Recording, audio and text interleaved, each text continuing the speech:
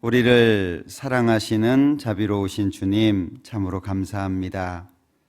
우리가 무엇이간데 이 땅에 오셔서 우리를 대신해서 십자가를 지시고 그 큰 사랑을 우리에게 베풀어 주셨는지요. 죄 가운데 살다가 심판받아 지옥 가야 마땅할 저희들, 그러나 주님께서 큰 사랑으로 용납하시고 받아주신 것 참으로 감사합니다. 그 사랑이 너무나도 크기에 이제 살아가는 모든 시간 주님의 말씀에 순종하고 주님의 뜻을 따르기를 소망합니다. 그러기에 주님의 뜻이 무엇인지, 우리가 무엇을 해야 할지, 어떤 마음을 갖고 살아야 할지 성경을 통해서 구체적으로 배우기를 원합니다. 우리 한 사람 한 사람 말씀 가운데 세워주시고 하나님을 개인적으로 깊이 사랑하게 하시고 하나님의 뜻을 기쁨으로 순종할 수 있도록 각 사람 믿음을 성장시켜 주시며 그 가운데 주시는 하나님의 은혜 가운데 감사하고 기쁨의 삶을 살도록 도와주시기를 원합니다. 우리 가운데 육신적으로 또는 신앙적으로 경제적으로 어려움을 겪는 분들이 있다면 하나님께서 친히 함께 하셔서 그 마음을 위로해 주시며 붙잡아 주시고 또 신앙 가운데에서 회복되고 기쁜 마음으로 주님을 섬길 수 있도록 축복해 주시기를 원합니다. 지금 이 시간 해외에서 수고하시는 많은 선교사님들을 기억해 주시고 가족들과 함께하는 동역자 형제자매님들을 기억하셔서 더 큰 은혜와 사랑으로 함께 하시며 동일한 주님의 능력으로 많은 사람들이 구원을 받으며 하나님을 사랑하는 삶을 살아갈 수 있도록 도와주시고 선교를 하는 데 있어서 지치지 않도록 넘어지지 않도록 붙잡아 주시기를 원합니다. 더욱 우리와 함께 계셔 주시고 하나님의 영광과 은총 앞에 합당한 삶을 살도록 도와주시기를 원합니다. 공주 수양관이 건축되고 있습니다. 수양회를 진행함으로 많은 분들이 구원을 받고 있고 또 많은 사람들이 수양관 장소를 통해서 하나님을 발견하고 있습니다. 사고 나지 않도록 도와주시고 무사히 완공하고 또 그 장소가 하나님의 영광을 나타내는데 합당하게 쓰여질 수 있도록 도와주시기를 원합니다.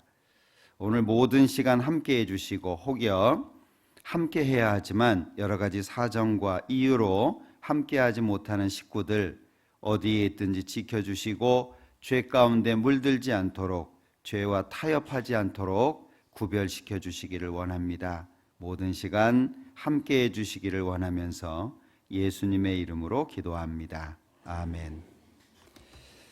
구약성경 욥기 2장 찾겠습니다. 구약성경 욥기 2장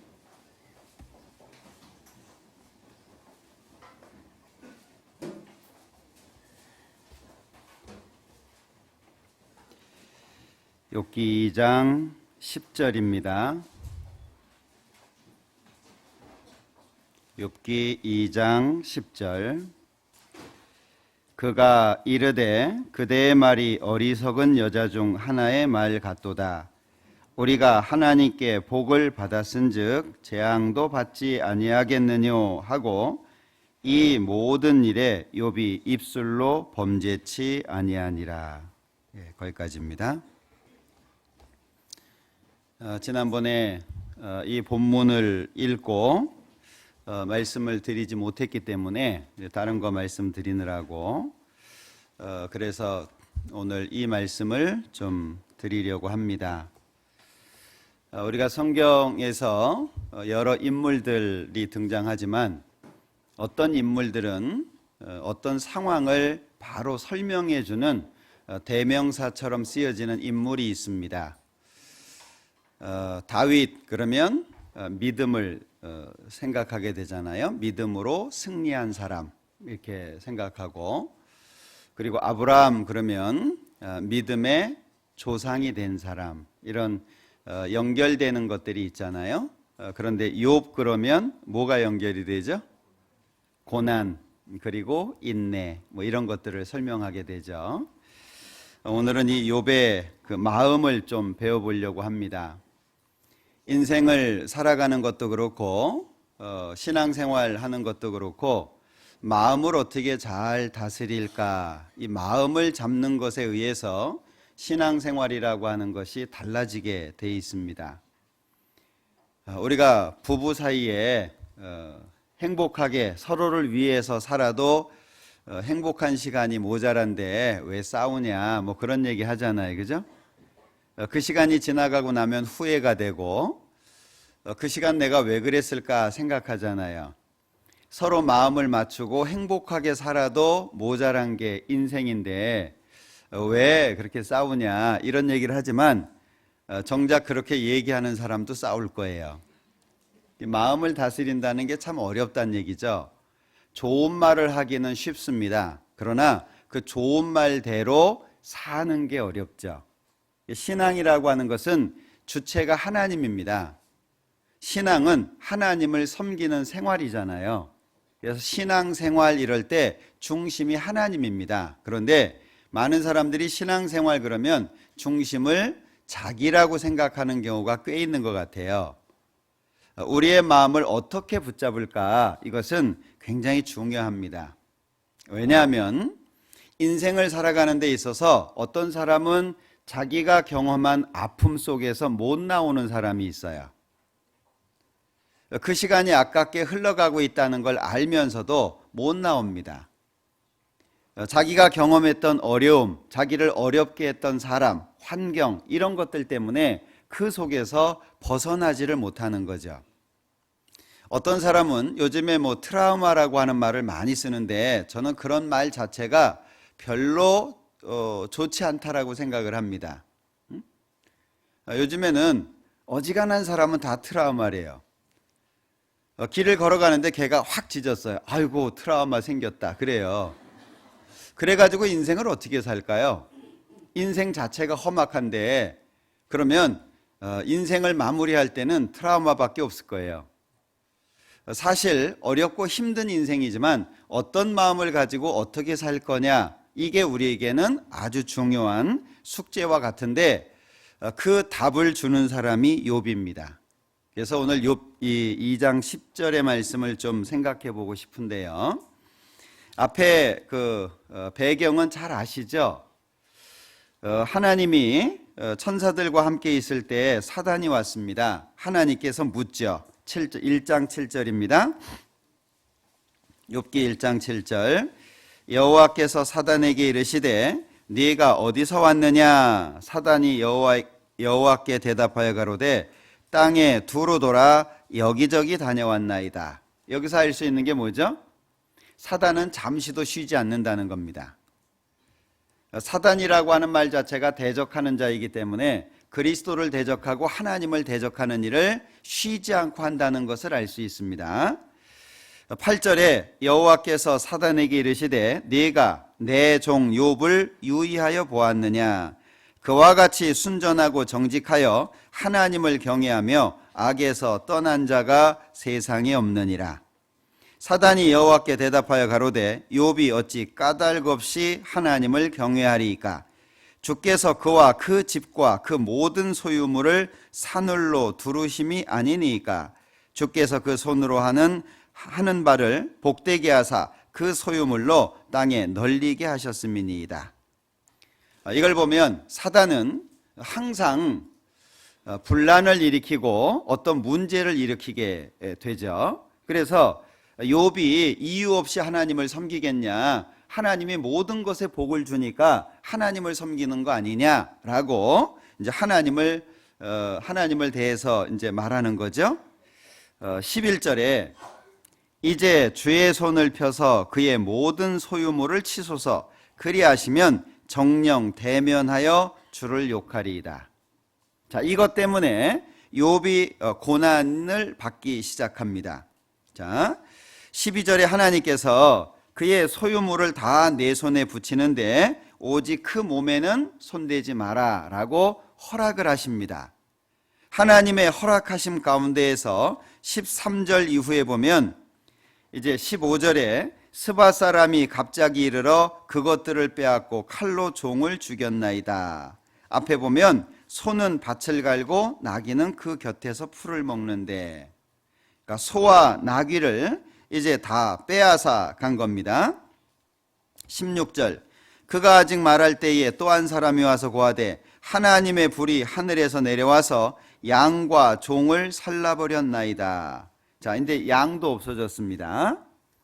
17절, 그가 아직 말할 때에 또 한 사람이 와서 고하되 갈대아 사람이 새 떼를 지어 갑자기 약대에게 달려들어 그것을 빼앗으며 칼로 종을 죽였나이다. 여기 약대, 낙타도 다 없어졌습니다. 18절, 그가 아직 말할 때에 또 한 사람이 와서 고하되 주인의 자녀들이 그 맏형의 집에서 식물을 먹으며 포도주를 마시더니 거친 들에서 대풍이 와서 집 네 모퉁이를 치매 그 소년들 위에 무너짐으로 그들이 죽었나이다. 자녀 10명까지 죽었습니다. 이 배경 잘 아시죠?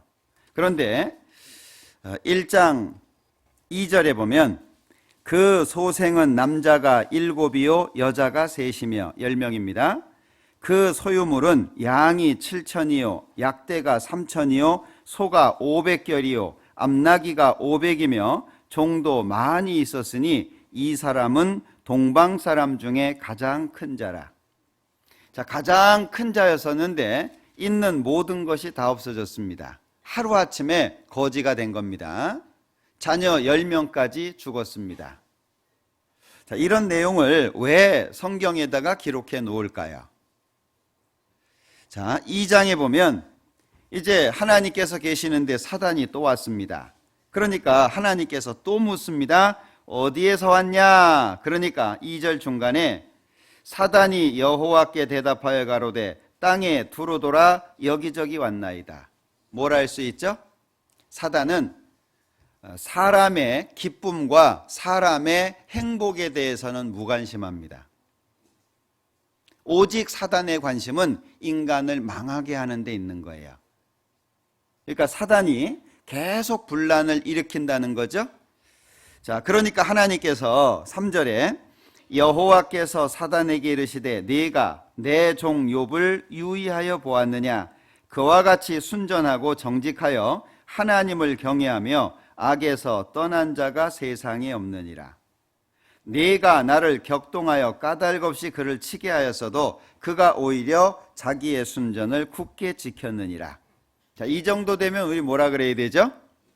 하나님 잘못했습니다. 제가 큰 잘못을 저질렀습니다. 이래야 될 거예요. 그런데 사단의 얼굴은 두께를 측정할 수가 없습니다. 전혀 양심의 가책을 받지 않습니다. 전혀 어떤 일에 대해서 마음에 어떤 괴로움이라든지 갈등이 없어 보입니다. 그러니까 여기 4절에 사단이 여호와께 대답하여 가로되 가죽으로 가죽을 바꾸오니, 한 단계가 더 나아갔죠. 처음에는 소유물이 많습니다. 이 사람 잘 살게 해주셨잖아요. 그러니까 하나님을 섬깁니다. 그런데 욥이 믿음을 지켰습니다. 그리고 나니까 사단이 아이 그거야 몸이 건강하니까 하나님 섬기죠. 가죽으로 가죽을 바꾸오니 사람이 그 모든 소유물로 자기의 생명을 바꾸올지라. 이제 주의 손을 펴서 그의 뼈와 살을 치게 하소서. 그리하시면 정령 대면하여 주를 욕하리이다. 이걸 보면 사단의 한계를 알 수 있죠. 사단은 미래를 모르는 겁니다. 욥이 자기의 믿음을 지킬 수 있다라고 하는 걸 알 수 없었어요. 그러니까 사단은 미래의 일을 알기가 어려운 겁니다. 오직 하나님께서만 미래를 아실 수 있는 거죠. 자, 하나님께서 또 허락하십니다. 6절, 여호와께서 사단에게 이르시되 내가 그를 네 손에 붙이노라. 오직 그의 생명은 해하지 말지니라. 자, 육체까지 어떻게 하든지 마음대로 해보라고 허락을 하셨습니다. 그래서 7절에 사단이 이에 여호와 앞에 물러가서 욥을 쳐서 그 발바닥에서 정수리까지 악창이 나게 한지라. 이제 몸에 질병이 시작이 됩니다. 8절, 욥이 제 가운데 앉아서 기와 조각을 가져다가 몸을 긁고 있더니 그 아내가 그에게 이르되 당신이 그래도 자기의 순전을 굳게 지키느뇨 하나님을 욕하고 죽으라. 자, 이 욥의 아내가 믿음이 없을까요? 우리는 성경을 읽다가 욥의 아내를 책망할 수도 있습니다. 아니 이런 여자가 있나? 자기가 병든 것도 아니고 남편이 병들었는데 남편이 잘 참고 있는데 왜 이럴까 할 수 있어요. 그런데 욥의 아내가 믿음이 적다고 말할 수 없습니다. 왜 그렇습니까? 재산 한순간에 다 날아갔어요. 자식 10명이 다 죽었어요. 여기 제정신으로 앉아 계실 분, 예? 재산 다 날아갔어요. 하루아침에 거지 됐습니다. 자식 10명 다 죽었어요. 맨정신으로 여기 앉아 계실 분 계실까요? 자식이 하나만 죽어도 정신이 나갑니다. 재산이 반만 줄어도 마음의 갈등이 시작됩니다. 그런데 재산이 다 없어지고 자식 10명이 다 죽었어요. 그런데도 아내가 뭘 어떻게 했다는 말이 1장에는 안 나옵니다. 이 아내가 대단한 믿음을 갖고 있다고 저는 생각을 해요. 물론 이제 남편이 병 가운데에서 고통하는 이 모습을 보고 야 그래도 하나님 앞에 자기 순전을 지키냐, 자 이거는 아내의 한계죠. 아내가 가지고 있는 믿음의 한계입니다. 그러니까 10절 같이 읽어보죠. 그가 이르되 그대의 말이 어리석은 여자 중 하나의 말 같도다. 우리가 하나님께 복을 받았은즉 재앙도 받지 아니하겠느뇨 하고 이 모든 일에 욥이 입술로 범죄치 아니하니라. 엄청나죠? 야, 이런 믿음을 어떻게 하면 가질 수 있을까요? 우리는 조금만 아파도 조금만 슬퍼도 원망하고 불평합니다. 부모가 나한테 잘 못해줬기 때문에, 환경이 어려웠기 때문에, 누가 나를 후원해 주지 않았기 때문에, 내가 돈 많은 아내를 만나지 못해서, 건강한 몸을 받지 못해서, 환경이 좋지 않아서 우리는 얼마든지 이유를 대고 살아가고 있습니다. 그런 우리 앞에 이 욥이 한 말은 가히 우리가 상상할 수 없는, 가까이 가기조차 어려운 그런 말 같습니다. 어떻습니까? 성경을 읽을 때 성경을 읽는 것으로 끝나지 않고 왜 이 말씀을 기록했는지를 주의 깊게 생각해 보는 게 필요합니다. 왜냐하면 우리는 성경의 내용을 이해하고 성경의 내용을 기억하는 것으로 끝나는 게 아니라 그렇게 살기 위해서 성경을 배웁니다. 그러니까 어려운 거예요. 지금 우리 시대에 기독교가 왜 이렇게 타락하게 됩니까? 이유가 뭐죠? 사실 과거에는 어려웠습니다. 그렇기 때문에 신앙에 더 매달렸습니다. 그런데 지금은 삶이 풍요로워지고 여유로워졌습니다. 별로 쓸데없는 것이 중요해졌습니다. 그러니까 신앙을 지키는데 마음이 없어지는 거예요. 내 마음을 빼앗는 것들이 너무나도 많아져 버린 겁니다. 우리 우스운 얘기로 하잖아요. 가족 5명이 모이면 다 따로 놉니다.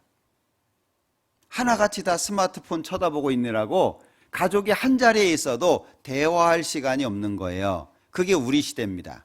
고민할 시간도 없고 생각할 시간도 없고 뭔가 말씀의 깊이를 얻기 위해서 노력하는 시간이 점점 적어집니다. 신앙을 지키는 것이 어려운 시대라고 하는 거죠. 그런 이 시대에 욥이 한 이 말은 사실 우리에게 충격이 돼야 되고 우리의 마음을 헤집는 날카로운 칼이 돼야 됩니다. 신앙생활은 하나님을 섬기는 것이 목적이라 그랬죠. 나의 평안을 위한 것도 아니고 내가 좀 남들에게 난 기독교인이야 라고 하는 걸 알리기 위한 게 아닙니다. 고상한 삶을 위한 한 가지 방책이 아니라는 거예요. 신앙생활은 하나님을 섬기는 삶입니다. 내 맘대로 섬기는 것이 아니고 하나님이 받을 수 있도록 드리는 것이 목적입니다. 그런데 지금 우리 시대는 성경과 가까이 하기 어렵습니다. 설교 시간이 길어지는 것을 어려워합니다.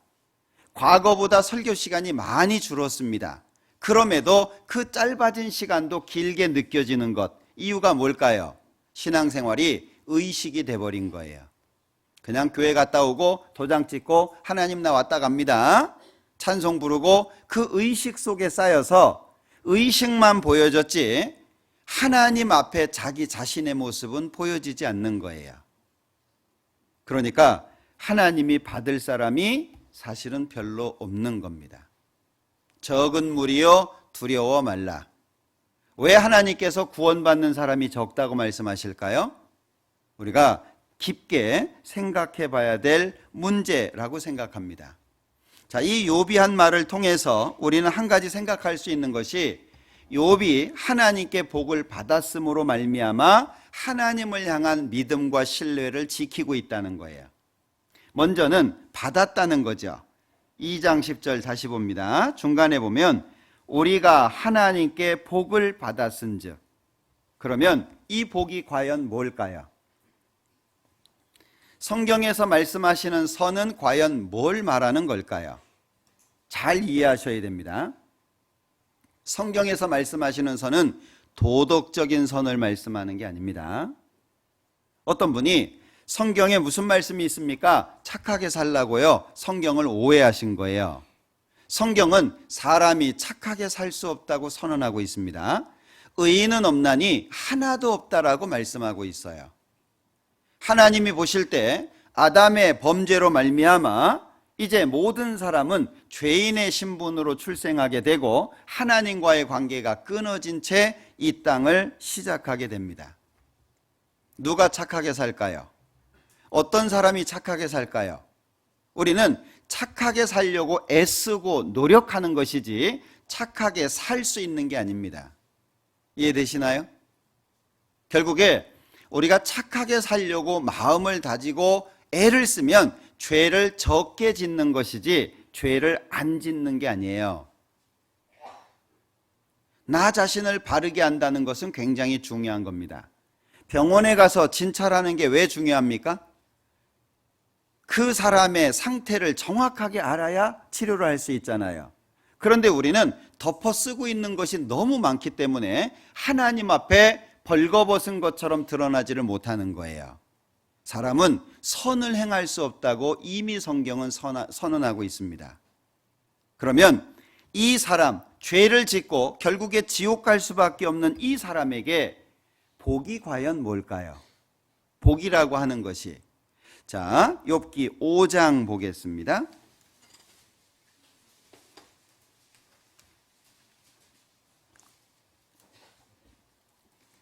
욥기 5장 6절입니다.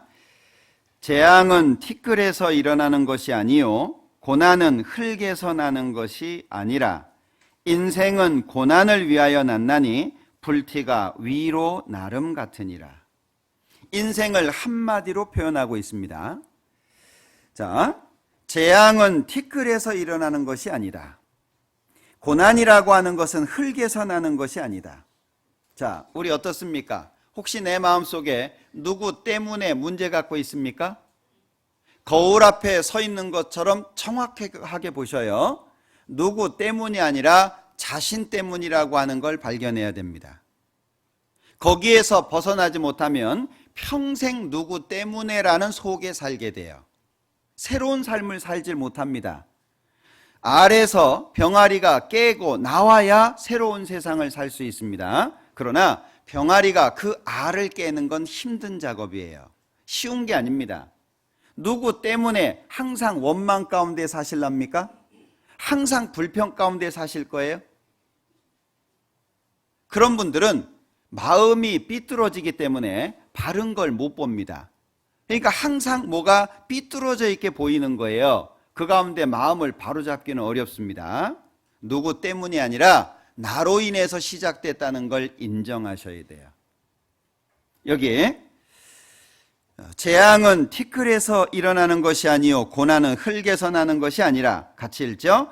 인생은 고난을 위하여 났나니 불티가 위로 나름 같다. 인생 자체가 고난이라는 거예요. 사람이 살아가는 삶 자체가 고난이고 그 가운데 재앙이라고 하는 것이 있다는 거예요. 여러분들 이 세상 꽤 살아보셨잖아요. 살아보니까 어떠시든가요? 소설에서 나오는 것처럼, 영화의 한 장면처럼 그렇게 달콤한 장면들 몇 번이나 경험하셨습니까? 인생을 살아오면서 우리 소설이나 드라마, 영화 이런 데 보면은요, 멋진 장면들 많이 나오잖아요. 그죠? 몇 번이나 경험하셨습니까? 사실은 짧은 즐거움을 위해서 오랜 시간 고통하지 않았습니까? 인생 자체가 그래요. 어떤 사람이 인생론에 대해서 그렇게 얘기했잖아요. 막 도망가다가 낭떠러지로 떨어집니다. 그런데 기적적으로 이 사람이 나무 뿌리를 잡았어요. 한숨 돌리고 밑에를 쳐다보니까 큰 괴물이 입을 벌리고 있습니다. 떨어지면 죽는 겁니다. 그러니까 더 힘을 주어서 나무 뿌리를 붙잡습니다. 그런데 코앞에 보니까 쥐 2마리가 나무 뿌리를 갉아먹고 있는 거예요. 위에서 한 마리는 검은 쥐고 한 마리는 흰 쥐네요. 그런데 그 쥐 바로 앞에 뱀 한 마리가 또아리를 틀고 나를 쳐다보면서 혀를 낼름낼름 하는 거예요. 이놈 맛있겠다, 뭐 그런 뜻인지. 그런데 정말 위급한 상황이잖아요. 그런 상황 속에서 이 사람이 그 모든 어려움을 잊을 수 있는 이유가 한 가지가 있습니다. 그 나무 뿌리 바로 앞에 꿀이 있는 거예요. 꿀이. 벌집을 만들어 가지고 거기 꿀이 있는 거예요. 이 사람이 꿀 찍어 먹는 재미에 자기가 처해 있는 상황을 생각하지 못한다. 그게 어떤 사람이 말한 인생론이에요. 어떻습니까? 가끔 재미난 것들이 있죠. 가끔 즐거운 것들이 있죠. 그것 때문에 자신의 본질을 잊어버리는 거예요. 마치 어떤 사람에게 아이한테 시장 가서 뭐 좀 사와라 그랬는데 시장 가는 동안에 까먹었어요. 자기 앞에 깔려있는 좌판 때문에 정신이 나갔습니다. 그리고 먹고 싶은 거 실컷 먹고 돌아왔어요. 칭찬 듣기는 어렵죠? 그 상황에서 그랬어? 먹고 싶은 거 먹어서 잘했네. 여기 몇 분 계셔요? 아마 내쫓을 분이 거의 대부분일 거예요. 인생이라고 하는 게 그렇다는 거예요. 인생은 달콤하지도 않습니다. 인생이라고 하는 것은 멋지지도 않습니다. 인생은 화려하지도 않습니다. 어떤 분이 그래요. 목사님은요 저희 자매 보고 얘기하는 겁니다. 좋겠어요. 자매님은 목사님 같은 사람하고 살아서. 그때마다 우리 자매가 하는 말이 있어요. 살아봐요. 다 똑같습니다. 인생이라고 하는 것이 그렇다는 거죠. 인생은 고난을 위하여 났다. 인생 자체가 고난이라는 거예요. 창세기 47장을 보죠.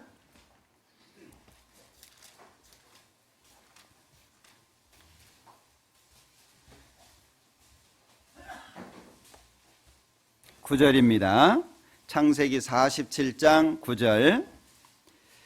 야곱이 바로에게 고하되 내 나그네 길의 세월이 130년이니이다. 나의 연세가 얼마 못되니 우리 조상의 나그네 길의 세월에 미치지 못하나 같이 읽죠.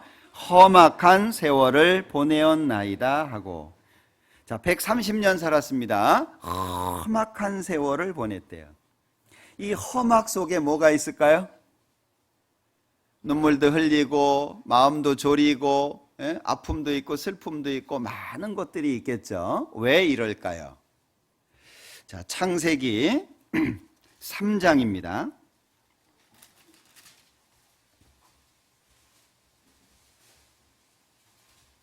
창세기 3장 16절.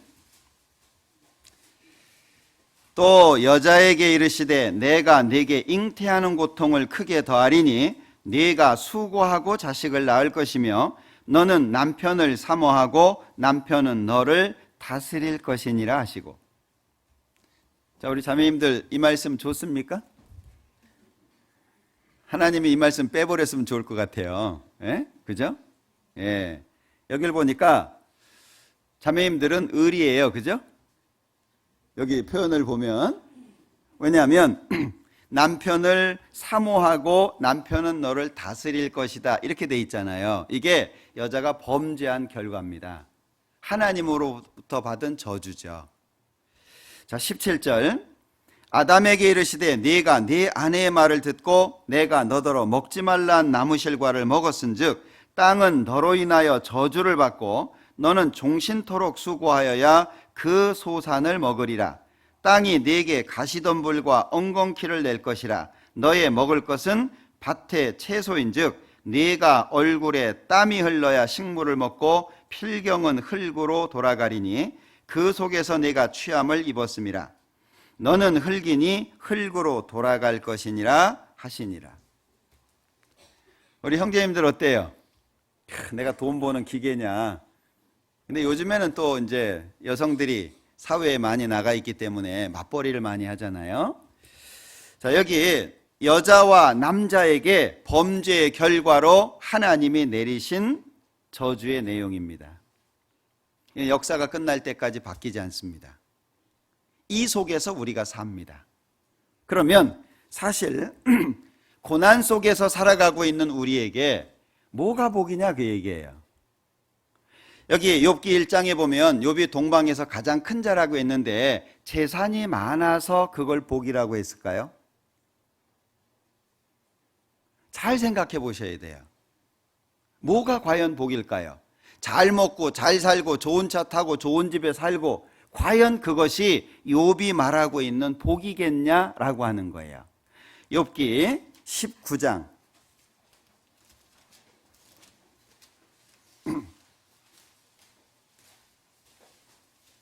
욥기 19장 25절입니다.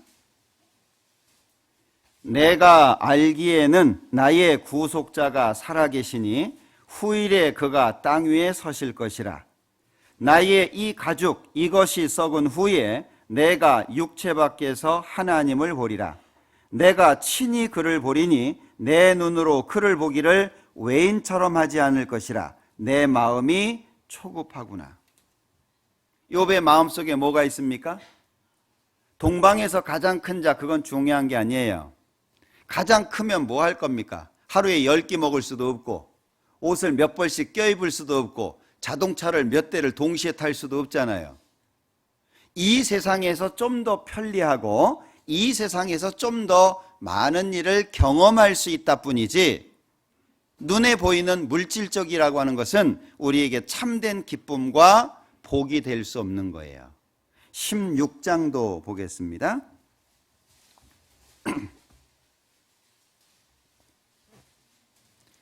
16장 19절 지금 나의 증인이 하늘에 계시고 나의 보인이 높은 데 계시니라.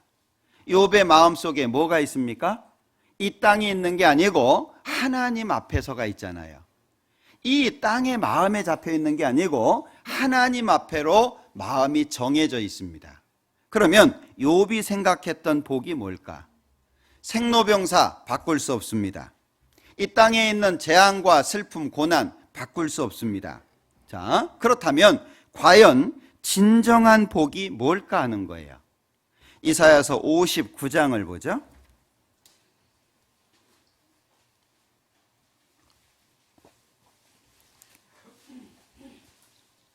16절입니다. 15절부터 볼까요? 성실이 없어짐으로 악을 떠나는 자가 탈취를 당하는도다. 여호와께서 이를 감찰하시고 그 공평이 없는 것을 기뻐 아니하시고 사람이 없음을 보시며 중재자 없음을 이상히 여기셨으므로 자기 팔로 스스로 구원을 베푸시며 자기의 의를 스스로 의지하사.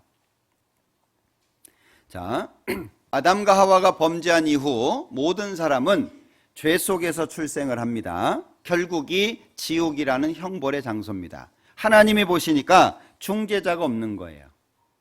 왜 구약의 레위기에 보면 제사, 제물로 하나님께 드리는 제사가 그렇게 많을까요? 한마디로 중재자가 없는 거예요. 이 땅에 모든 사람 가운데 하나님과 죄인을 중간에서 역할해 줄 수 있는 존재가 없는 겁니다. 그래서 구약에는 임시로 짐승 제사를 허락하셨고 신약 시대에는 약속대로 예수님께서 오신 거예요. 그 죄 없는 예수님께서 십자가에서 고난을 당하시잖아요. 고린도후서 5장입니다. 고린도후서 5장 14절입니다. 그리스도의 사랑이 우리를 강권하시는도다. 우리가 생각건대 한 사람이 모든 사람을 대신하여 죽었은즉 모든 사람이 죽은 것이라.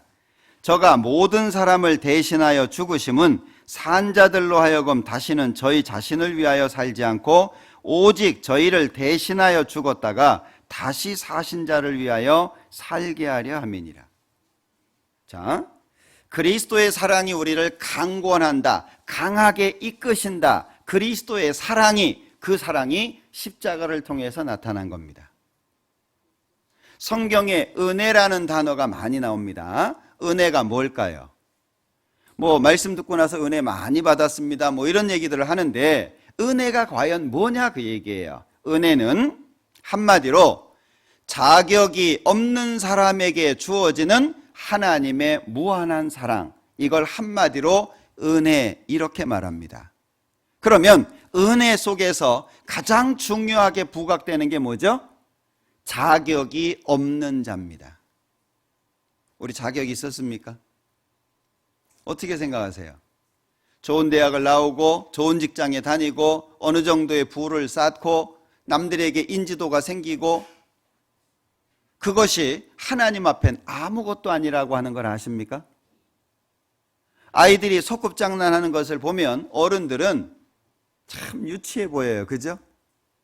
서로 니는 남편하고 나는 아내하고 장난감에다가 아무것도 없는데 그냥 여보 드세요 하고 이렇게 따라주고, 또 상대방 하고 또 아유 맛있어요 이러고, 그거 보면 어때요? 야, 쟤들 알콩달콩 잘 사네, 이런 생각 들어요? 참 유치하다 그러잖아요. 하나님께서 이 땅을 보시면 어떠실까요? 유치한 거예요. 애들만 유치한 게 아니에요. 아이들이 유치부를 성장해서 유년부로 올라가는데 성인이 아직도 유치부 다니고 있는 거예요. 하나님이 보실 때는 얼마나 같지 않겠어요? 돈 좀 생겼다고 막 어깨에 올라가고 힘주고, 없는 사람 무시하고, 조금 배웠다고 해서 못 배운 사람 무시하고, 하나님이 보시면 어떠겠어요? 정말 유치하게 보실 거예요. 그게 이 세상이다 그 얘기예요. 그런데 그리스도의 사랑이 우리를 강권한다. 자격이 없는 우리에게 하나님의 사랑이 내려온 거예요. 자격이 없어요. 우리 어떻습니까? 많이 배운 사람 앞에 초라해지죠? 어때요? 돈 많은 사람 앞에 약해지죠? 높은 지위에 있는 사람 앞에서 약해지죠? 막 큰 소리 치다가도 사장이 부르면은요, 막 딸랑딸랑 저는 종입니다, 막 얼마나 그냥 비비고 막 지문이 없어질 정도로 그냥 그러잖아요. 예? 자, 우린 자격이 없어요. 그런 자격이 없는 나인데 하나님이 나를 기억한다는 거예요. 자격이 없어서 지옥에 가도 마땅한 나인데 하나님이 자격 없는 나에게 하나님의 무한한 사랑을 부어주신 거예요. 그게 십자가입니다. 많은 사람들이 십자가를 액세서리로 달고 다니지만 십자가는 액세서리가 아니고 고난의 상징인 거예요. 나무에 달린 자마다 저주를 받았다는 말씀처럼 나무에 달린 것은 죽은 거예요. 그 저주받은 거예요. 사람이 죽어서 나무에 달려 있어요. 보기 좋습니까? 결코 보기 좋지 않거든요. 하나님의 사랑이 우리를 강권합니다. 강권하는데 여기 14절에 후반부에 보면 모든 사람을 대신하여 그랬죠? 15절에 저가 모든 사람을 대신하여, 후반부에 오직 저희를 대신하여, 대신한다라고 하는 표현이 계속 나오죠. 이게 레위기의 목적입니다. 그래서 레위기의 제사를 한마디로 대속 제사라고 그러잖아요. 대속제. 대신 용서하는 거예요. 우리는 할 수 있는 능력이 없으니까 하나님께서 예수님을 통해서 나 대신 나의 문제를 해결해 주신 겁니다. 그게 십자가예요. 진정한 복이라고 하는 게 과연 뭘까? 로마서 3장 볼게요.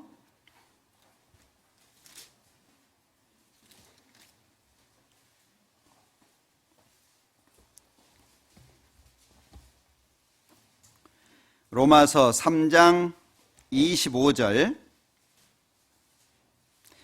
이 예수를 하나님이 그의 피로 인하여 믿음으로 말미암는 화목제물로 세우셨으니 이는 하나님께서 길이 참으시는 중에 전에 지은 죄를 간과하심으로 자기의 의로우심을 나타내려 하심이니 곧 이때에 자기의 의로우심을 나타내사 자기도 의로우시며 또한 예수 믿는 자를 의롭다 하려 하심이니라. 십자가는 두 가지를 나타냅니다. 하나는 십자가를 통해서 하나님이 오래 참으셨다는 거예요. 하나님이 오래 참으셨어요. 왜? 여기 전에 지은 죄를 간과하셨다 그랬죠. 만약에 우리가 죄 지은 대로 하나님이 심판하셨다면 우린 지금 이 자리에 없습니다.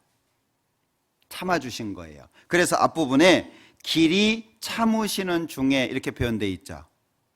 길이 참으신 거예요. 나를 참아주신 거예요. 나도 나를 못 참는데 나는 옆에 있는 사람도 못 참아줍니다. 그런데 하나님이 길이 참아준 거예요. 자, 잘못된 길을 가는 사람을 옆에서 지켜보는 건 참 어려운 일입니다. 특히 자식이 잘못된 길로 가는데 옆에서 지켜보는 마음은 아마 탈 거예요. 그죠? 애가 탄다라고 얘기하잖아요. 하나님께서 지옥의 길로 가고 있는 사람들을 참고 지켜보시는 것이 얼마나 어려웠을까요? 하나님이 기다린다니까요. 나는 지금도 구원을 받았다고 말하면서도 하나님의 뜻을 제대로 이해하지 못하고 있는데 지금도 기다리시는 거 아닌가요? 하나님은요, 길이 참으시는 거예요. 그런데 길이 참으시는 중에 하신 게 있어요. 뭐냐? 이 예수를 하나님이 예수님을 이 땅에 보내주시는데 25절 이 예수는 하나님이 그의 피로 인하여 믿음으로 말미암는 화목 제물로 제일 중요한 게 뭐냐면 세우셨으니예요. 중요한 게 그러니까 중간 다 빼버리고 이 예수를 세우셨으니 누가요? 하나님이 예수님을 세워서 그 예수님의 피로 화목제물, 하나님과 죄인이 화목해질 수 있는 제물로 바쳐진 거예요. 결국에 나 때문에 예수님이 죽었다 그 얘기입니다. 그게 하나님이 정해 놓으신 거예요. 그리고 그렇게 하신 것이 하나님의 의입니다. 하나님의 의, 그 하나님이 정해 놓으신 거예요. 그런데 26절 곧 이때에 자기의 의로우심을 나타내사 자기도 의로우시며 하나님의 의로우심은 뭡니까? 마땅히 심판을 받아야 되는데 참고 인내하시는 가운데 십자가 세우셨잖아요. 그게 하나님의 의로우심입니다. 그리고 또한 예수 믿는 자를 의롭다 하려 하심이니라. 하나님이 정해놓으신 것을 받아들이는 사람, 동일하게 하나님이 의로운 것처럼 그 사람도 의롭게 되는 것, 하나님이 이걸 정해놓으신 거예요. 그러면 십자가에서 뭐가 드러나죠? 하나님의 의도 드러나고 나의 의도 드러나잖아요. 우리의 의가 뭡니까? 십자가입니다. 하나님의 의가 뭘까요? 십자가입니다. 결국에 이 성경에서는 십자가를 강조하고 있는 거예요. 그 예수님의 피를. 그러니까 로마서 4장에 보면 4절입니다. 일하는 자에게는 그 삭을 은혜로 여기지 아니하고 빚으로 여기거니와 일을 아니할지라도 경건치 아니한 자를 의롭다 하시는 일을 믿는 자에게는 그의 믿음을 의로 여기시나니. 자, 보십시오. 우리가 한 달 일을 했어요. 월급 받았습니다. 그거는 내가 일해서 받은 대가입니다. 그걸 은혜라고 말할 수는 없습니다. 그런데 내가 만약에 다쳤어요. 놀다가 다치면 돈 안 나오죠. 일하다 다친 게 아니잖아요. 그런가요? 어쨌든 놀다가 다쳤어요. 근데 사장님이 나를 너무 좋게 봐가지고요, 내가 3개월 동안 병치료하는 동안 월급을 주셨어요. 거기다가 보너스까지 얹어서 주셨어요. 그럼 보너스는 뭐죠? 은혜잖아요. 은혜. 그런 걸 설명하고 있는 거예요. 일하는 자에게는 그 삭을, 그 대가를 그 결과를 은혜로 여기지 않고 빚으로 여긴다. 사장님의 입장에서는 월급을 줘야 되는 거예요. 이 사람 일했으니까. 그러니까 그것은 은혜가 아니다 그 얘기죠. 5절. 일을 아니할지라도 경건치 아니한 자. 내용이 바뀌죠. 일하고 돈 받는 얘기를 하고 있다가 느닷없이 일을 아니할지라도 경건치 아니한 자를 의롭다 하시는 이 내용이 바뀌잖아요. 그러면 4절 왜 설명한 거예요? 일하지 않고 돈을 받는다면 은혜인 것처럼 우리가 죄를 용서받기 위해서 한 게 뭐 있죠? 우리는 아직도 죄악스러운 마음을 가지고 삽니다. 그런데 하나님께서 내가 죄를 용서받기 위해서 한 게 없어요. 죄의 삭은 사망이니까 죄가 용서되려면 죽어야 됩니다. 우리는 아무것도 할 수 없어요. 결국에 일을 안 한 사람이에요. 우리는 5절에 일을 아니할지라도 경건치 아니한 자, 죄인이죠.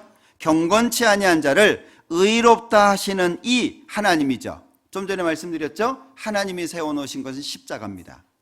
자, 경건치 아니한 자를 의롭다 하시는 이를 어떻게 해요? 믿는 거죠. 믿는 자에게는 그의 믿음이 뭐가 되죠?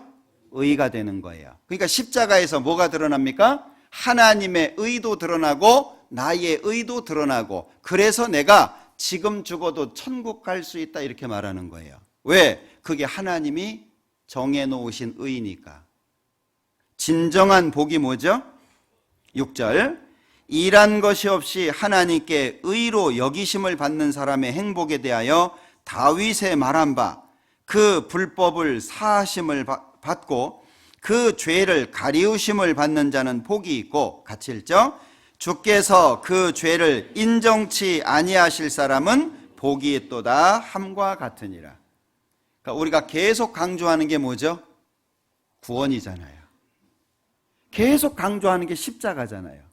계속 강조하는 것이 예수님의 죽음, 대속이잖아요. 그런데 마지막 시대가 돼갈수록 이 십자가, 예수님 대속이 없어집니다. 그리고 뭐가 드러나죠? 남들에게 베푸세요. 옆에 있는 사람을 불쌍히 여기세요. 사이좋게 지내세요. 도덕적인 선이 부각되는 거예요. 여러분들 잘 기억하셔야 됩니다. 십자가를 하나님이 자신의 의로 세웠다면 이 세상에서 가장 큰 선이 뭘까요? 하나님이 예수님을 통해서 십자가를 세워놓고 그것이 하나님의 의라고 말씀하셨다면 가장 큰 선이 뭐겠어요? 잃어진 영혼이 구원받는 겁니다. 죄인이 돌아오는 거예요. 지옥 가는 죄인을 건지기 위해서 예수님을 세웠습니다. 그러니까 하나님 편에서 가장 중요하게 생각하는 큰 선은 죄인이 구원받는 겁니다. 그런데 마지막 때가 되면 구원이 약해져요. 구원은 별로 중요하지 않고 엉뚱한 것이 많아집니다. 그래서 요즘 사람들이 좋아하는 게 뭐죠? 하나님의 선보다는 도덕적인 선을 좋아하는 거예요. 그러니까 종교마다 뭘 얘기합니까? 다 선을 얘기하잖아요. 그 선이 뭐예요? 인간적인 선인 거예요. 하나님은 빠지고 인간적인 선만 있는 겁니다. 그러니까 거기에는 더 이상 하나님이 일하실 수가 없는 거예요. 예수님의 죽음을 어떻게 생각하십니까? 개인적으로 예수님의 죽음을 어떻게 생각하세요? 교회는 다닙니다. 믿는다고 말은 합니다. 근데 그 마음속에 예수님이 없어요. 조직으로 접근하고 계십니까? 신앙으로 접근하고 계십니까? 이게 명확하지 않으니까 성경에는 우리가 받아들이기에 부담스러운 말씀들이 굉장히 많습니다. 하나님의 사랑을 마음속에 받아들인 사람으로서 부담스러울 수밖에 없는 말씀들이 굉장히 많아요. 그러니까 그런 걸 싫어하는 거예요. 어떤 사람은 교회 등록도 안 하고 그냥 편하게 주일만 왔다 갔다 하고 이런 분들이 많아져요. 꼭 우리 교회가 아니더라도. 왜? 불편하다 그 얘기예요. 그래서 이미 지어진 교회당으로 많이 가요. 지어야 될 교회당으로는 잘 안 가요. 왜? 건축공금 해야 되니까. 요즘에는 11조도 잘 안 하려고 합니다. 11조 그거 꼭 해야 돼? 성경에서 부담스럽게 다가오는 말씀들이 싫어지는 거예요. 왜? 편하게 살고 싶다 그 얘기죠. 아니 뭐 건축 공급만 안 하고 뭐 11조만 안 해도 꽤 쓸만한 돈인데 왜 내가 그거 내고 불편하게 살아야 되냐? 그 이유가 뭐죠? 하나님과의 관계가 명확지 않은 거예요. 그러니까 힘든 거예요. 우리가 사실 뭐 11조만 하고 건축 공급만 합니까? 많은 부분을 합니다. 해외 선교도 하죠. 지금 저희가 거의 한 70여 개 나라에 한 700개 가까운 지역을 후원하고 있잖아요. 전 세계에. 많은 돈이 들어갑니다. 1년에도요, 수백억씩 돈이 들어갑니다. 그럼 우리 교회가 뭐 사업합니까? 그게 다 형제자매님들이 헌금해 준 거예요. 좋은 마음으로. 그런데 그런 상황 속에서 어떤 분들은 11조도 못 하잖아요. 이유가 뭐예요? 마음이거든요. 마음이 있으면 11조가 아니라 10의 2조, 3조 할 수 있어요. 마음의 문제거든요. 그럼 그 마음이 왜 안 생기냐 하는 거예요. 하나님과의 관계가 명확하지 않아서 그래요. 이 하나님과의 관계가 아주 중요합니다. 가장 큰 복이 뭐냐? 8절. 주께서 그 죄를 인정치 아니하실 사람은 복이 있다. 진정한 복이 뭐죠? 이 땅의 것이 아닙니다. 좀 건강하지 못해도 괜찮아요. 좀 잘 살지 못해도 괜찮아요. 진정한 복은 십자가입니다. 십자가. 예수님입니다. 더 귀한 게 없어요. 그 십자가가 내 마음속에 새겨질 때, 참으로 내 것이 될 때, 십자가를 통과해서 천국의 소망이 내 마음속에 채워질 때 이 땅의 것이 작아집니다. 천국이 없는데 이 땅이 작아질 수는 없어요. 그러니까 하나님과의 관계가 확실치 않으면 이 땅에서 뭘 해야 된다는 것이 율법으로 들리고 뭔가 자꾸 강요하는 것처럼 들릴 수밖에 없는 거예요. 그리스도인들에게 묻습니다. 왜 사시나요? 그리스도인들에게 자문을 해야 돼요. 나는 삶의 목적이 뭐냐? 뭘 목적으로 해서 살고 내가 이렇게까지 해야 되는 이유가 뭐냐? 고민해 보자는 거죠. 왜? 진정한 복이 마음속에 새겨진 사람은 그 복을 위해서 살도록 돼 있어요. 자, 누가복음 15장을 한번 보자.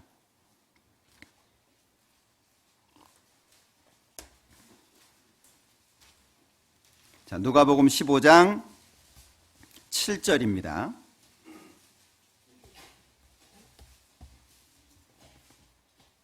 같이 읽겠습니다. 내가 너희에게 이르노니 이와 같이 죄인 하나가 회개하면 하늘에서는 회개할 것 없는 의인 99을 인하여 기뻐하는 것보다 더하리라. 하나님이 가장 원하시는 게 뭘까요? 이 땅이 문화적으로 발달하는 거 관심 없습니다. 새로운 스마트폰 나오는 거 관심 없습니다. 지하철이 뚫리고 삶이 풍요로워지고 하나님 그거 관심 없습니다. 어떻게 생각하셔요? 자, 마태복음 28장입니다.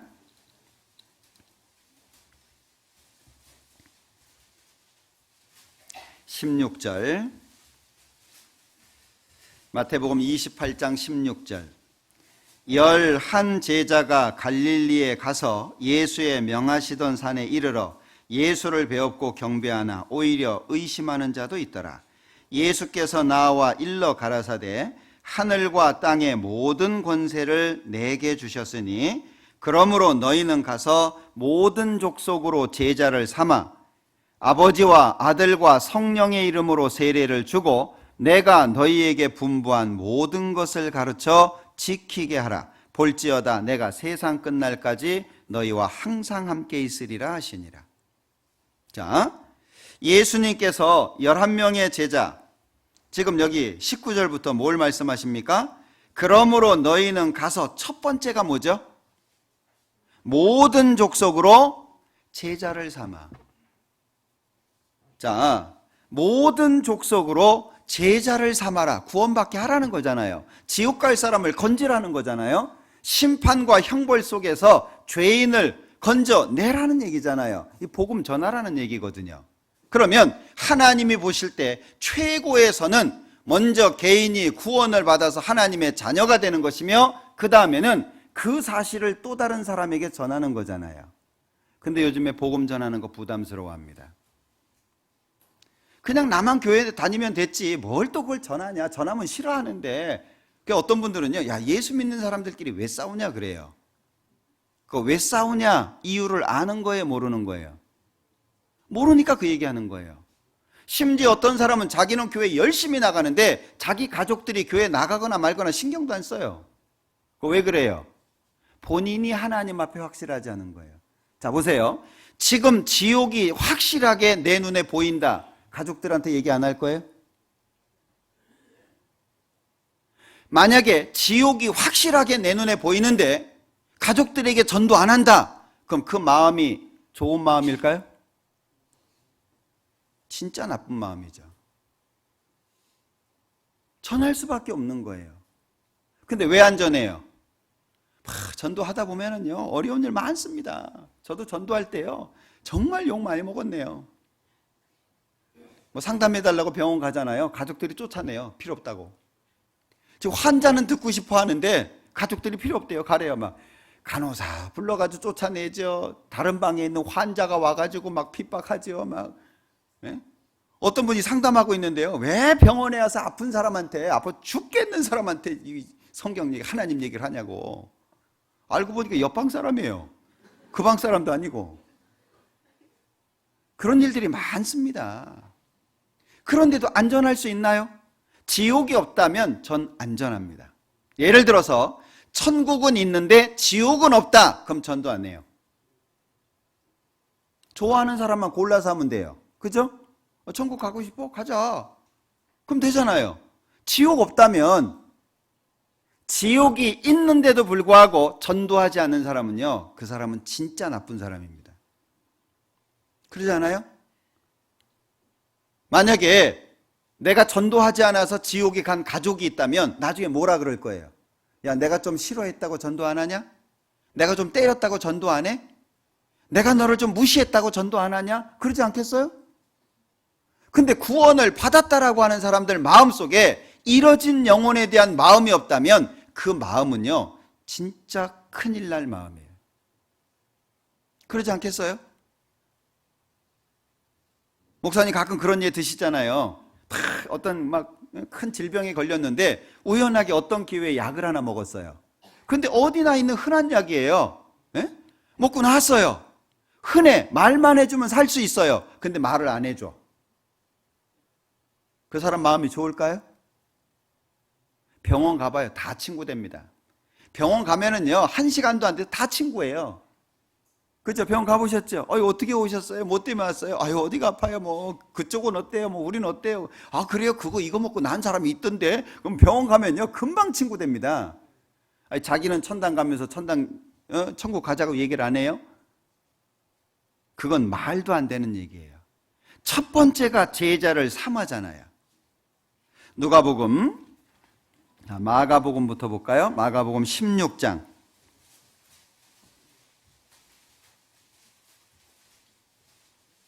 15절.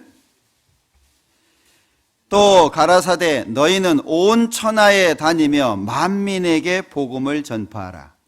이건 명령입니다. 시간 나면 전도하고, 받아들이면 전도하고, 좋아하면 전도하고, 그게 아니고요. 또 가라사대 너희는 온 천하에 다니며 만민에게 복음을 전파하라. 누가복음 24장입니다.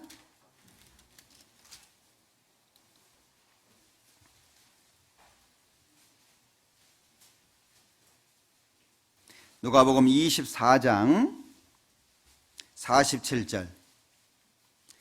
또 그의 이름으로 죄사함을 얻게 하는 회개가 예루살렘으로부터 시작하여 모든 족속에게 전파될 것이 기록되었으니, 같이 읽죠? 너희는 이 모든 일의 증인이라.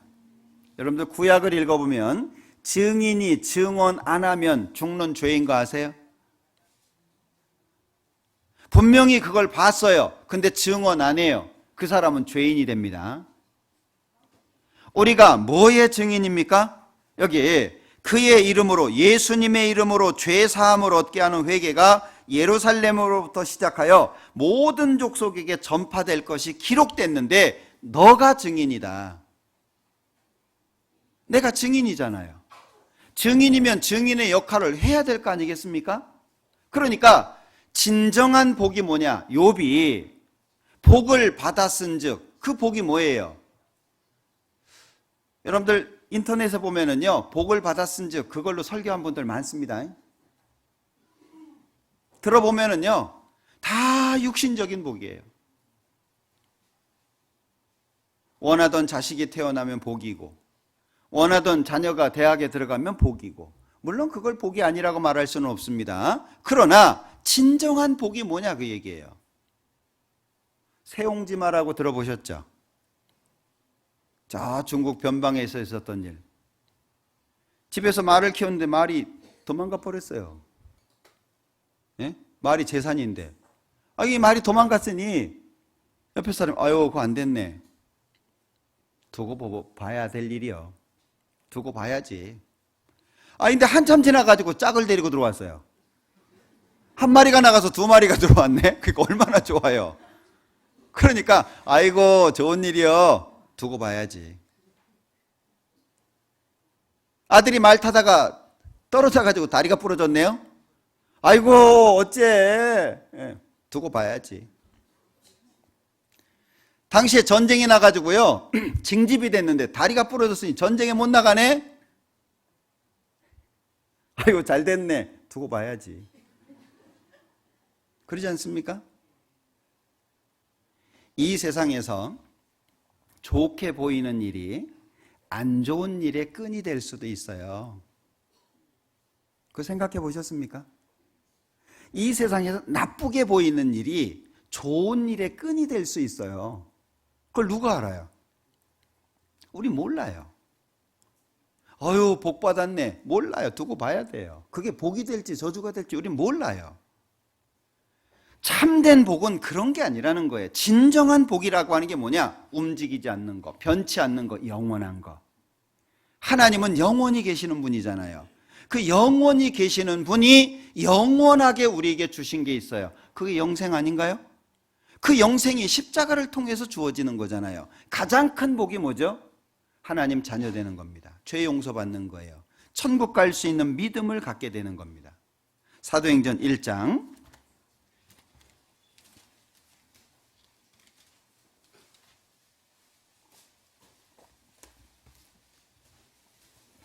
8절입니다. 사도행전 1장 8절. 오직 성령이 너희에게 임하시면 너희가 권능을 받고 예루살렘과 온 유대와 사마리아와 땅끝까지 이르러 같이 읽죠. 내 증인이 되리라 하시니라. 이거는 증인이 돼줄래 이게 아니에요. 당연히 증인이 돼야 될 것을 말씀하시는 거예요. 구원받은 사람은, 이 사실을 마음속에 믿는 사람은 다 증인이라고 하는 생각을 마음속에 갖고 계셔야 됩니다. 자, 우리는 이미 이 사실을 마음속에 받았어요. 믿고 있습니다. 천국 간다고 생각하고 있어요. 자, 그러면 우리가 이 땅에 살고 있는 모든 어려움으로부터 벗어났나요? 그렇지 않아요. 자, 천국 가는 사람은 병 안 걸릴까요? 구원받은 사람은 사업만 하면 다 잘 될까요? 하는 일, 계획하는 일 다 잘 될까요? 그렇지 않습니다. 전도서 7장을 한번 보자.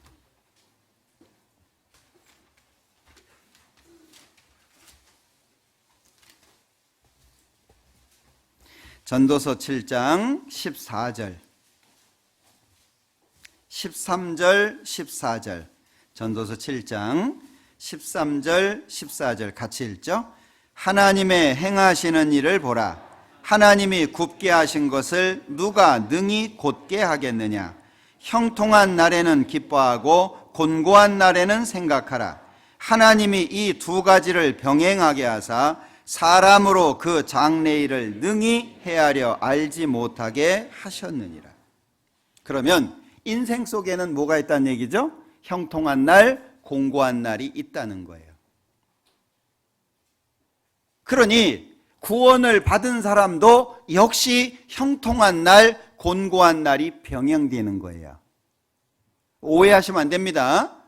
마치 죄사함을 받고 하나님의 자녀가 되고 구원만 받으면 병도 안 걸리고 어려운 일도 안 생기고 막 남들이 당하는 그런 곤란한 일도 안 당하고 이렇게 생각하시면 안 됩니다. 똑같습니다. 이 땅을 살아가는 동안에는. 물론 하나님이 필요에 의해서 병도 고쳐주시고 어떤 사람에게는 부함도 주시고 어떤 사람에게는 건강도 주시고 합니다.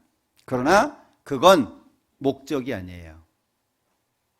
이걸 잘 기억하셔야 돼요.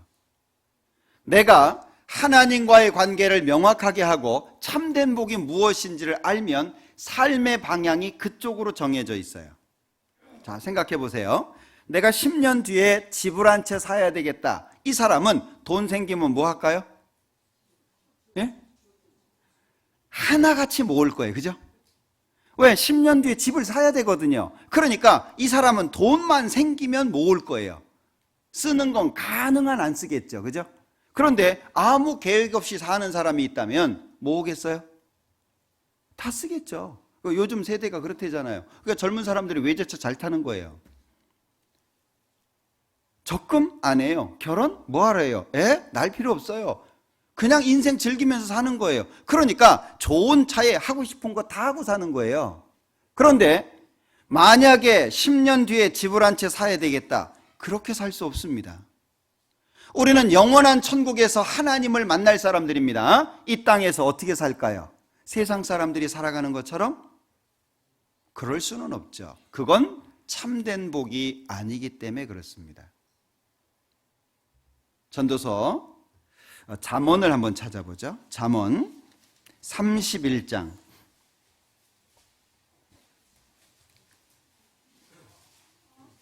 잠언 31장 30절입니다. 잠언 31장 30절. 고운 것도 거짓되고 아름다운 것도 헛되나 오직 여호와를 경외하는 여자는 칭찬을 받을 것이라. 지금 우리나라가 성형 천국이라고 불러지는데요. 고운 것도 거짓되고 아름다운 것도 헛되다. 쓸데없는 데 마음 뺏기지 마라 그 얘기잖아요. 제일 중요한 게 뭐냐? 오직 여호와를 경외하는 여자는 칭찬을 받을 것이라. 옛날에는요, 가요의 가사도 보면은요, 뭐 얼굴이 예쁘다고 여자냐, 마음이 고와야 여자지, 뭐 이런 가사가 있었어요. 요즘엔 못 들어보시죠? 바뀌었잖아요, 생각이. 응? 얼굴이 예뻐야 여자지.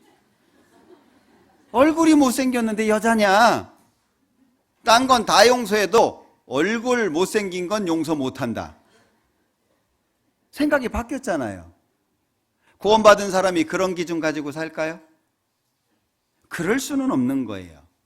그러니까 하나님 앞의 관계가 가장 중요하고 그 관계를 목적으로 사는 삶 자체가 중요하다 그 얘기예요. 그래서 과거에 이 제세례파라고 불리워지는 사람들이 있어요. 제세례파. 무슨 얘기냐면 이미 그 당시에는 천주교 세력이 있는 때니까 아이가 태어나면 영세를 받아요. 그런데 이제 구원을 받은 사람이 다시 세례를 받잖아요, 침례를. 그러면 뭐가 되는 거죠? 전에 받은 걸 부인하게 되는 거잖아요. 그래서 과거 역사 속에서는 제세례파를 이단이라고 했습니다. 그런 때도 있었어요. 그런데 지금은 그 제세례파가 새로운 조명을 받고 있거든요. 아니, 구원을 받아야 침례를 받는 거지 구원도 안 받은 사람한테 무슨 세례를 주냐? 예? 그러니까 이제 막 쫓겨나게 되고 억울한 일을 당하게 되고 그런 일이 있었던 겁니다. 여러분들, 우리가 믿고 있는 것이 뭐냐? 결국에 그대로 살게 돼 있는 거예요. 그래서 이 구원을 받았다라고 하는 것은요, 하나님 앞에서의 결과인 겁니다. 신분이 하나님의 자녀로 바뀐 거지 이 땅에서의 모든 것으로부터의 해방이 아니에요. 이걸 잘 기억하셔야 됩니다. 그래서 구원받은 사람들 이 법 잘 지켜야 돼요. 응? 아, 하나님이 우리 아버지인데 뭐까지 그 경찰이 뭐 이러면 안 돼요. 아니 그런 분들이 실제 있어요. 하나님 백을 남용하시면 안 됩니다. 로마서 13장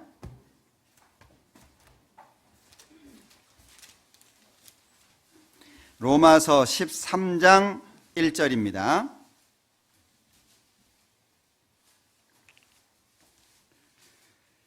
각 사람은 위에 있는 권세들에게 굴복하라. 권세는 하나님께로 나지 않음이 없나니 모든 권세는 다 하나님의 정하신 바라. 그러므로 권세를 거스리는 자는 하나님의 명을 거스림이니 거스리는 자들은 심판을 자취하리라. 명백한 기준을 말씀하고 있는 겁니다. 3절 관원들은 선한 일에 대하여 두려움이 되지 않고 악한 일에 대하여 되나니 네가 권세를 두려워하지 아니하려느냐? 선을 행하라. 그리하면 그에게 칭찬을 받으리라. 그는 하나님의 사자가 되어 네게 선을 이루는 자니라. 그러나 네가 악을 행하거든 두려워하라. 그가 공연히 칼을 가지지 아니하였으니 곧 하나님의 사자가 되어 악을 행하는 자에게 진노하심을 위하여 보응하는 자니라. 그러면 여기에서 드러나는 게 뭐죠? 권세에는 뭐가 주어져요? 칼이 주어집니다. 힘이 주어진다는 거예요. 권세에는 칼이 주어지는데 공연히 칼을 가지지 않았다. 악을 행하는데 징벌하도록 가졌다. 근데 지금 세대는 어떻죠? 악에 충만하니까 그걸 자기 맘대로 쓰잖아요. 그렇다고 해서 아유 뭐 저 사람들 저렇게 사는데 우리는 뭐 바보냐? 그렇게 생각하면 안 됩니다. 하나님께 맡기고 우린 선을 행해야 돼요. 베드로전서 2장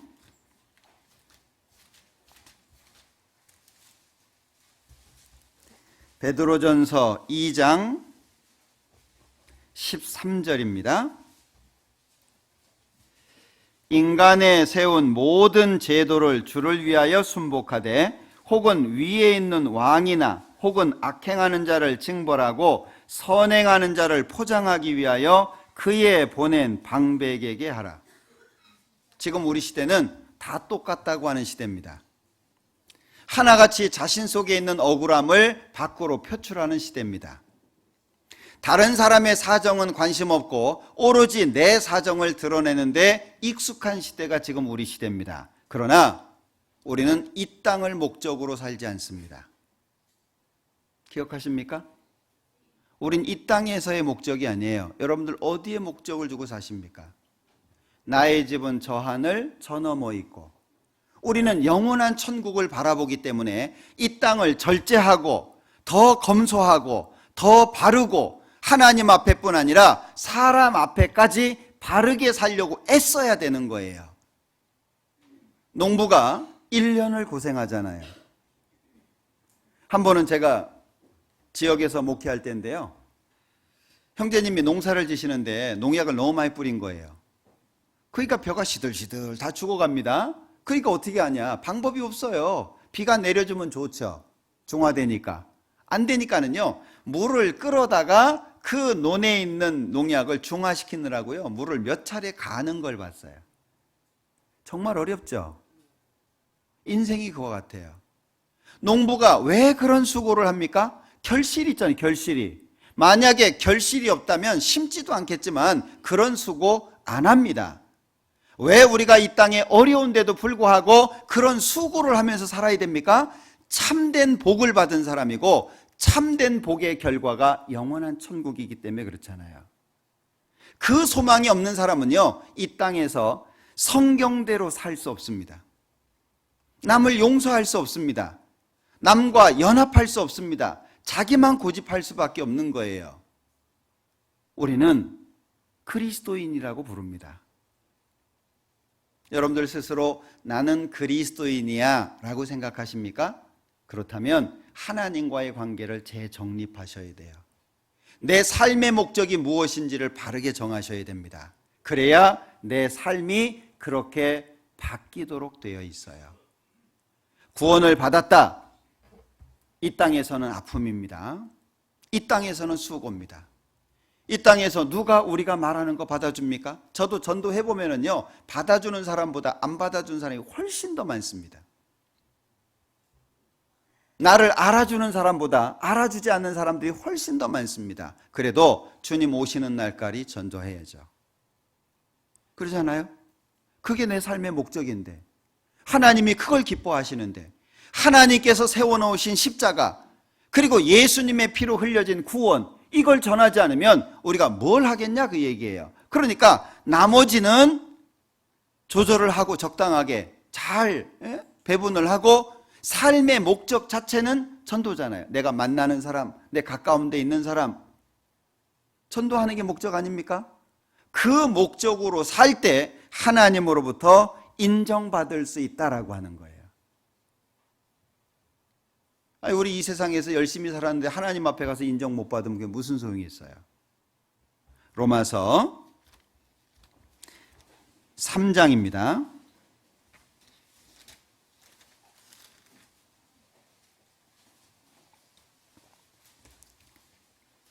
7절. 그러나 나의 거짓말로 하나님의 참되심이 더 풍성하여 그의 영광이 되었으면 어찌 나도 죄인처럼 심판을 받으리요. 또는 그러면 선을 이루기 위하여 악을 행하자 하지 않겠느냐. 어떤 이들이 이렇게 비방하여 우리가 이런 말을 한다고 하니, 어떤부터 하니까지 괄호가 쳐져 있죠. 잘 읽으셔야 됩니다. 뒤에 거 딱 빼놓고 읽으면은요, 그러면 선을 이루기 위하여 악을 하지 않겠느냐, 이것만 읽으면 큰 문제 생깁니다. 실제 기독교 여러 교파에서요, 하나님의 선을 이루기 위해서 악을 행해도 좋다고 가르치는 데가 있습니다. 이 성경 잘못 배우면 큰일 납니다. 심지어 어떤 사람은요, 이 세상의 법 위에 교회법이 있다, 이렇게 말하는 분도 있어요. 맞습니까? 그건 하나님 편에서 하는 얘기예요. 그러니까 세상에서요, 이 불법을 행하면서도요, 당당한 거예요. 뭐 우리가 하나님 자녀인데 뭐 천국이 우리 건데 이 세상쯤이야, 뭐 그건요, 성경 잘못 배운 겁니다. 6절에 보면 6절에 결코 그렇지 아니하니라. 만일 그러하면 하나님께서 어찌 세상을 심판하시리요.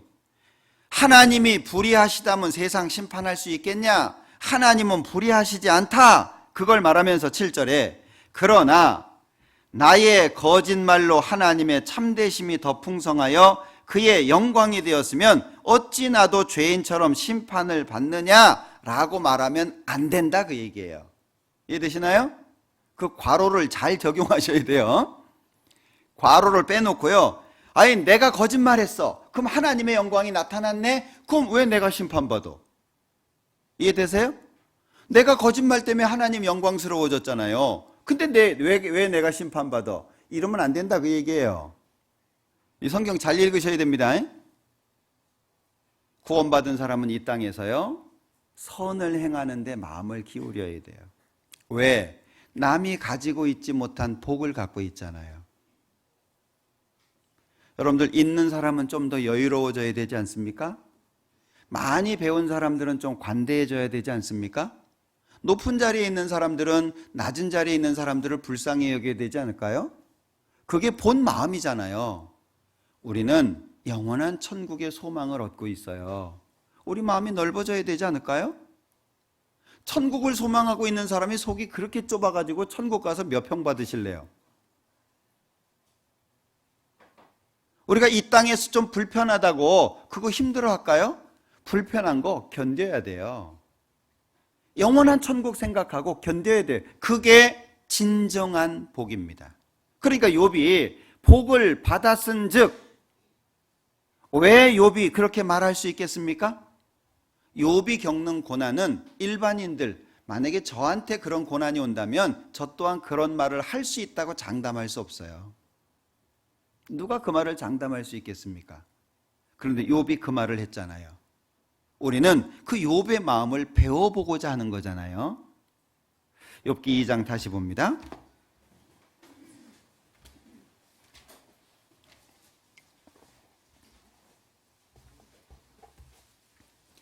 욥기 2장 10절. 그가 이르되 그대의 말이 어리석은 여자 중 하나의 말 같도다. 우리가 하나님께 복을 받았은즉 재앙도 받지 아니하겠느냐. 우리의 삶 속에 재앙도 있을 수 있다는 거죠. 하나님께 원망하지 마라 그 얘기예요. 우린 하나님의 뜻을 다 몰라요. 왜 어떤 경우에 내 자녀를 데려가시는지, 어떤 경우에 사업이 망하는지, 어떤 경우에 아픔이 왜 오는지 우린 다 몰라요. 우린 하나님 믿잖아요. 하나님께 맡기고 우리가 해야 될 일 가운데 살아야 돼요. 성경에 보면 바울은 질병이 있었습니다. 3번씩이나 하나님 앞에 기도했잖아요. 하나님이 고쳐주셨습니까? 안 고쳐주셨습니다. 드로비모라고 하는 사람은 전도 여행하는 가운데 이 병에 걸린 거예요. 그래서 밀레도라고 하는 섬에 두고 왔어요. 죽은 사람까지 살릴 수 있는 능력을 주신 하나님이 병든 거 못 고쳐주시겠습니까? 근데 밀레도라는 섬에 두고 왔다니까요. 왜 우리의 마음은 좋은 것만 원할까요? 왜 우리의 마음은 나를 중심으로 해가지고 이기적인 것만 좋아할까요? 하나님 앞에 참된 복을 받았다면 우리의 마음이 넓어져야 되지 않습니까? 성경에 등장하는 디모데, 자주 나는 병을 위해서 포도주를 약으로 쓰라고 얘기하고 있습니다. 그 고쳐주시면 되는데 뭐 위장병 하나님이 고치는데 어렵겠습니까? 근데 안 고쳐주시는 거예요. 그런가 하면 에바브라디도 죽기에 이르렀다 그랬잖아요. 우리가 잘 기억해 보십시오. 복을 받았은즉 재앙도 받지 아니하겠느뇨. 이게 정당할까요? 아니면 복을 받았은즉 재앙은 없다가 당연할까요? 복을 받았으니까 재앙 받는 것도 당연하지 않습니까? 재앙이라고 하는 게 좋은 건 아닙니다. 그러나 우리가 살다 보면 내가 잘못해서 또는 내가 우매해서 또는 내가 실수해서 죄 가운데 있어서 생기는 일들도 있고 또는 아무런 죄가 없는데도 불구하고 오는 어려움도 있어요.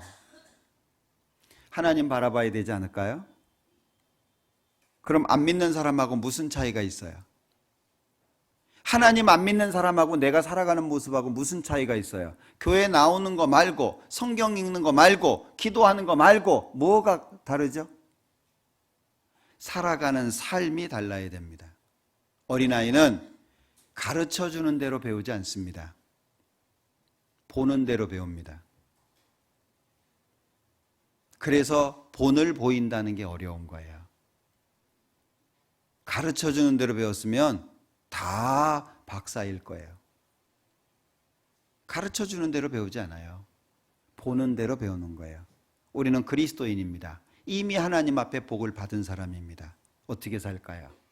마음속에 고민해 보시고 묵상해 보시기 바랍니다. 기도하겠습니다. 우리를 사랑하시는 주님 감사합니다. 우리에게 귀한 말씀 주시고 배울 수 있도록 또 생각할 수 있도록 은혜 베풀어 주시는 것을 감사합니다. 우리의 삶을 지켜주시고 우리의 마음이 세상 것에 빼앗기지 않도록 도와주시기를 원합니다. 우리의 마음이 주님으로 인해서 기뻐하고 주님으로 인해서 행복할 수 있도록 도와주시기를 원합니다. 우리의 나머지 삶이 하나님과 함께 동행하는 삶이 될 수 있도록 축복해 주시고 도와주시옵소서. 남은 모든 시간들도 함께 해 주시기를 원하면서 예수님의 이름으로 기도합니다. 아멘.